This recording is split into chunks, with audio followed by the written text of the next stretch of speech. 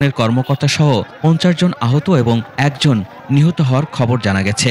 গত ২৩শে আগস্ট মৃত্যুর পর নুরাল পাগলকে দরবারে উঁচু বেদিতে দাফন করা হয়। এটি ইসলামী শরীয়তের পরিপন্থী দাবি করে ঈমান আকিদা রক্ষা কমিটি কবর স্বাভাবিক করার আলটিমেটাম দিয়েছিল।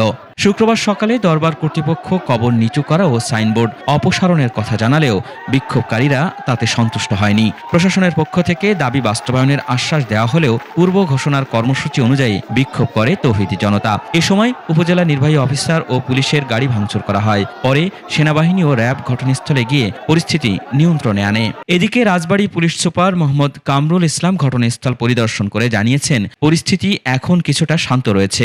এই দুর্ঘটনা এড়াতে পুলিশ সব ধরনের ব্যবস্থা গ্রহণ করলেও এটি ঠেকানো সম্ভব হয়নি বলে জানিয়েছেন তিনি। বর্তমান পরিস্থিতি আপনারা দেখছেন যে আমাদের সম্পূর্ণ নিয়ন্ত্রণে আছে। এখানে তৌহিদি জনতার ব্যানারে ঈমান ও আকিদা রক্ষা কমিটি তাদের একটি এখান থেকে প্রায় আধা কিলোমিটার দূরে একটি আনসার